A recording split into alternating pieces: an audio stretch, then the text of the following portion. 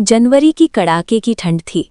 उत्तर भारत के छोटे से कस्बे रामपुर की गलियों में धुंध इतनी घनी थी कि सामने खड़ा इंसान भी मुश्किल से दिखाई देता था। सुबह के 7 बजे थे, लेकिन सूरज जैसे रजाई ओढ़कर अभी भी सो रहा था। रीना की शादी को अभी सिर्फ 2 महीने हुए थे। वो पहली बार सर्दियों में अपने ससुराल आई थी। मायके में तो वो देर तक सोने की आदी थी, लेकिन ससुराल का माहौल बिल्कुल अलग था। यहाँ सुबह जल्दी उठना ही संस्कार माना जाता था। रसोई से बर्तनों की हल्की आवाजें आ रही थी। रीना ने शॉल ओढ़ी और धीरे धीरे रसोई की ओर बढ़ी। अंदर उसकी सास कमला देवी चूल्हे के पास बैठी अदरक कूट रही थी। अरे बहू, उठ गई? इतनी ठंड में आराम कर लेती, सास ने मुस्कुराते हुए कहा। रीना थोड़ा संकोच में बोली, मां जी, सोचा आपकी मदद कर दूं। कमला देवी हंस पड़ी। यहाँ मदद की नहीं, सीखने की जरूरत है। हमारे घर की चाय पूरे मोहल्ले में मशहूर है। रीना ने ध्यान से देखा। चाय में सिर्फ अदरक ही नहीं, बल्कि काली मिर्च, तुलसी के पत्ते और थोड़ा सा गुड़ भी डाला जा रहा था। इतनी सारी चीजें? उसने आश्चर्य से पूछा। सास ने आंख मारते हुए कहा, इसी को कहते हैं ससुराल की चटपटी चाय, जो ठंड भी भगाती है और रिश्तों में गर्माहट भी लाती है। कुछ ही देर में पूरा घर चाय की खुशबू से भर गया। ससुर जी अखबार पढ़ते पढ़ते बोले, लगता है आज बहू ने चाय बनाई है, खुशबू अलग ही आ रही है। रीना मुस्कुरा दी, जबकि सच ये था कि उसने सिर्फ ध्यान से देखना ही सीखा था। लेकिन उसे क्या पता था, यही चाय आने वाले दिनों में उसके जीवन की सबसे बड़ी परीक्षा बनने वाली थी। अगली सुबह ठंड पहले से भी ज्यादा थी।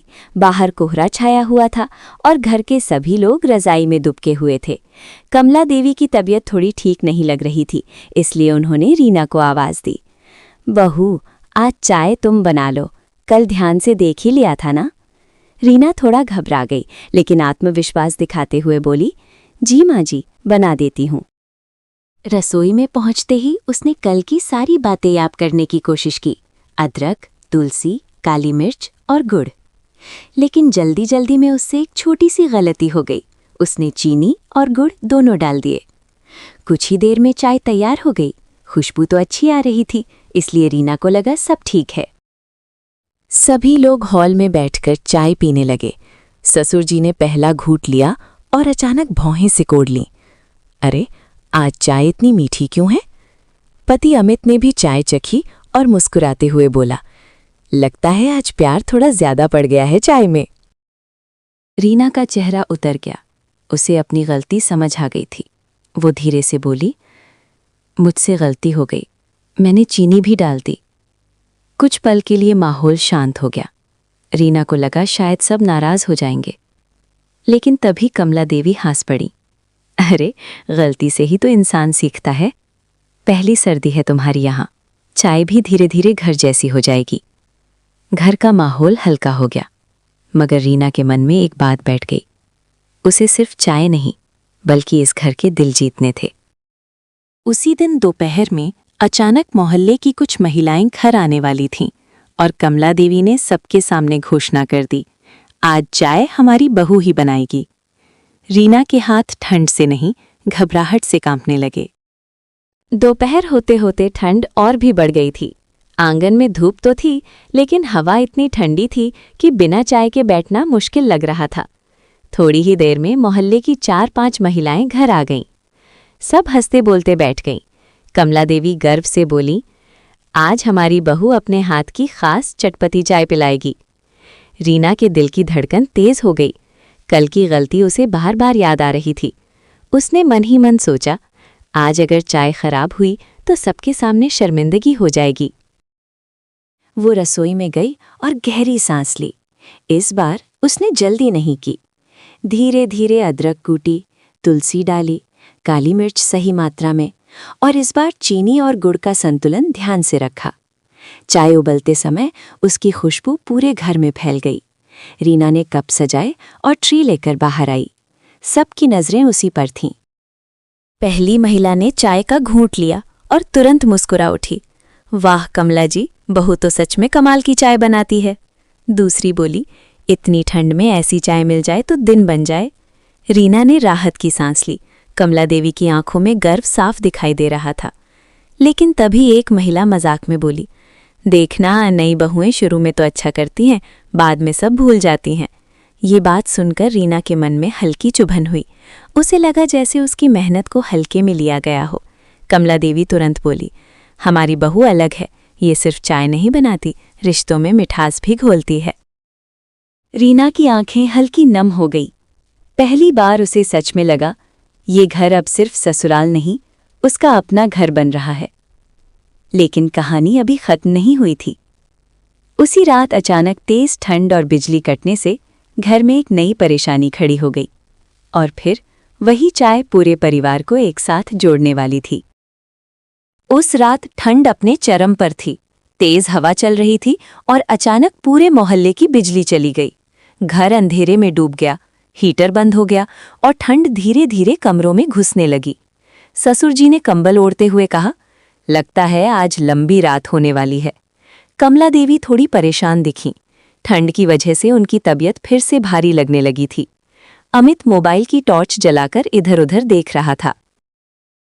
रीना ने सब कुछ चुपचाप देखा। उसे अचानक अपनी माँ की बात याद आई। ठंड में घर को गर्म रखने का सबसे आसान तरीका है सबको साथ बैठाकर गर्म चाय पिलाना। वो तुरंत रसोई में चली गई। गैस तो चल रही थी, बस रोशनी नहीं थी।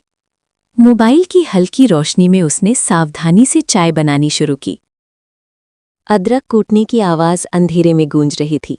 चाय उबलने लगी और इसकी खुशबू धीरे धीरे पूरे घर में फैल गई। ठंड जैसे थोड़ी कम लगने लगी। कुछ देर बाद रीना मोमबत्ती की रोशनी में चाय लेकर आई। लो माँ जी, गरम चाय, उसने मुस्कुराकर कहा। सब लोग एक साथ बैठ गए, बिना टीवी, बिना मोबाइल, सिर्फ बातचीत और चाय के साथ। ससुर जी बोले, बिजली चली गई, लेकिन आज घर में अलग ही सुकून है। अमित हंसते हुए बोला, लगता है हमारी चटपटी चाय ने ठंड को भी भगा दिया। कमला देवी ने रीना का हाथ पकड़कर कहा, बहू, घर को घर बनाने में समय लगता है, लेकिन तुमने बहुत जल्दी सबका दिल जीत लिया। रीना के चेहरे पर संतोष की मुस्कान आ गई। उसे महसूस हुआ कि असली गर्माहट हीटर से नहीं, अपनापन से आती है। उस रात सब देर तक बातें करते रहे और चाय के हर घूंट के साथ रिश्ते और गहरे होते गए। लेकिन अगली सुबह रीना को एक ऐसी खबर मिलने वाली थी जो उसकी जिंदगी का नया मोड़ बन जाएगी। अगली सुबह मौसम साफ था। कई दिनों बाद धूप खिलकर निकली थी। आंगन में हल्की गर्माहट फैल गई थी और घर का माहौल भी खुश नजर आ रहा था। रीना रसोई में चाय बना रही थी। तभी कमला देवी मुस्कुराते हुए अंदर आईं। बहू, एक खुशखबरी है, उन्होंने कहा। रीना ने आश्चर्य से पूछा, क्या हुआ मां जी? कमला देवी बोली, कल मोहल्ले की महिलाओं ने कहा कि हर रविवार हमारे घर चाय पर मिलना चाहिए। सबको तुम्हारी बनाई चटपटी चाय बहुत पसंद आई है। रीना हैरान रह गई। जो चाय उसने डरते डरते बनानी शुरू की थी, वही अब पूरे मोहल्ले को जोड़ने का कारण बन रही थी। थोड़ी देर बाद सब आंगन में धूप सेकते हुए बैठ गए। रीना चाय लेकर आई। इस बार उसके हाथों में घबराहट नहीं, आत्मविश्वास था। ससुर जी ने चाय का घूंट लेकर कहा, अब तो ये सिर्फ चाय नहीं रही, हमारे घर की पहचान बन गई है। अमित मुस्कुराते हुए बोला, और इसकी असली रेसिपी क्या है पता है? धैर्य, सीखने की इच्छा और थोड़ा सा प्यार। सब हंस पड़े। रीना ने आसमान की ओर देखा।